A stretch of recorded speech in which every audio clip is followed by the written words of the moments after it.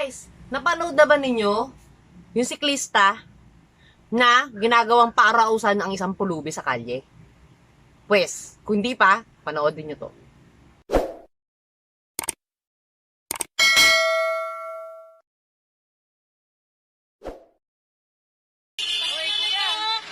Ay, video niya. Hindi talaga. Anyakit yung hayop na yan, oh. Pati pulubi, oh. Natiri ka. Hayop. Picturean nyo lang. Pangina nito, manyak. Videoan nyo yan, oh. Pati pulubi, nanakain ako. Pangina nito. Ay, videoan niya. Hindi talaga. Anyakit yung hayop na yan, oh. Pati pulubi, oh. Natiri ka. Hayop! Picturean nyo lang! Pangina nito! Manyak! Videoan nyo yan, oh! Pati pulubi, nanakain ako! Pangina nito! Ay, videoan nyo yan! Hindi talaga? Manyakit yung hayop na yan, oh! Pati pulubi, oh! Natiri ka! Para dito sa siklistan to, masyado ka na ba nagtitibid? At pati pulubi, pinagdidiskitahan mo na. Bakit ganon? Bakit? Hindi ko maintindihan talaga. Ano na nangyayari sa mundo? Epekto ba yun talaga ng pandemya? Wala na, nawawala na yung konsensya ng tao ngayon? Ha? Assalamualaikum guys! Welcome back to my channel, Tan Qureshi Vlogs. Mabilis lang tong vlog na to. May sobrang ikli lang. Yun, pinakita ko sa inyo yung video clip na nakunan ng isang passersby. Okay? Nasa sasakyan sila. Nakuhanan nila ang kahalayan in action on the spot ng isang siklista sa kalye. Okay? Nakita naman ninyo, 'di ba? Hay nako, stagforala. Bakit? Bakit tayo ganito? Bakit? Dito sa siklistan to, okay? Hindi ka ba nahihiya na ginawa mo yon? Sa kalye pa talaga. At pulubi pa talaga. Ito ha, ang kinalulungkot ko. Nag-vlog ako about kay Ivana, kay Basel, okay? Si Basel nung Syrian Wanderer. Tapos lately, nag-vlog din ako about dito kay yung isa pang Syrian, kay pulubing foreigner. Tumutulong sila sa kapwa natin Pilipino.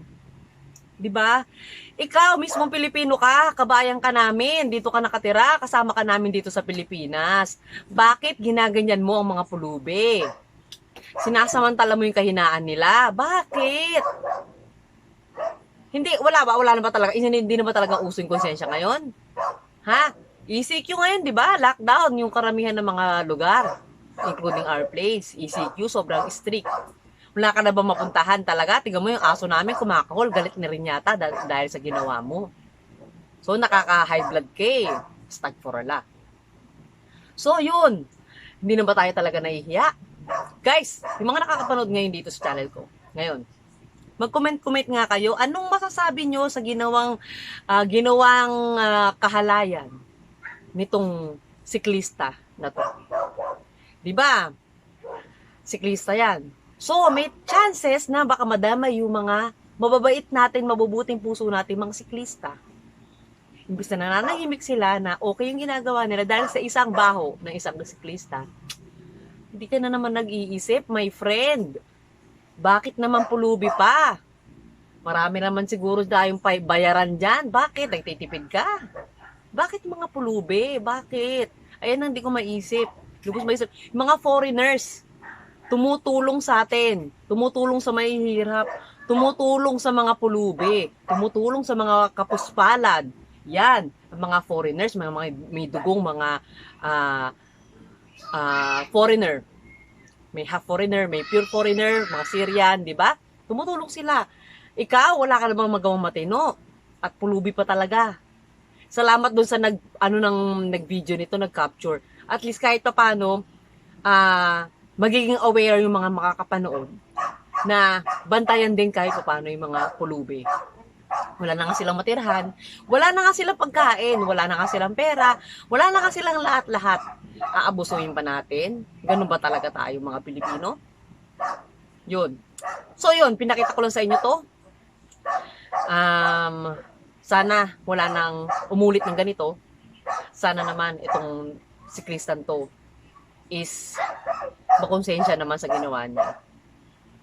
Okay? Humarap ka ng katapat mo, pare. O, diba? Parang lumalabas yung pagkalalaki ko dito eh. O yun, guys. So, ano masasabi nyo tungkol sa video na to? Na nakuna ng isang dumadaan lang na sasakyan. Mag-comment kayo sa baba. Okay? So, till our next vlog, my name is Zai. Don't forget to like, share, and subscribe to my channel.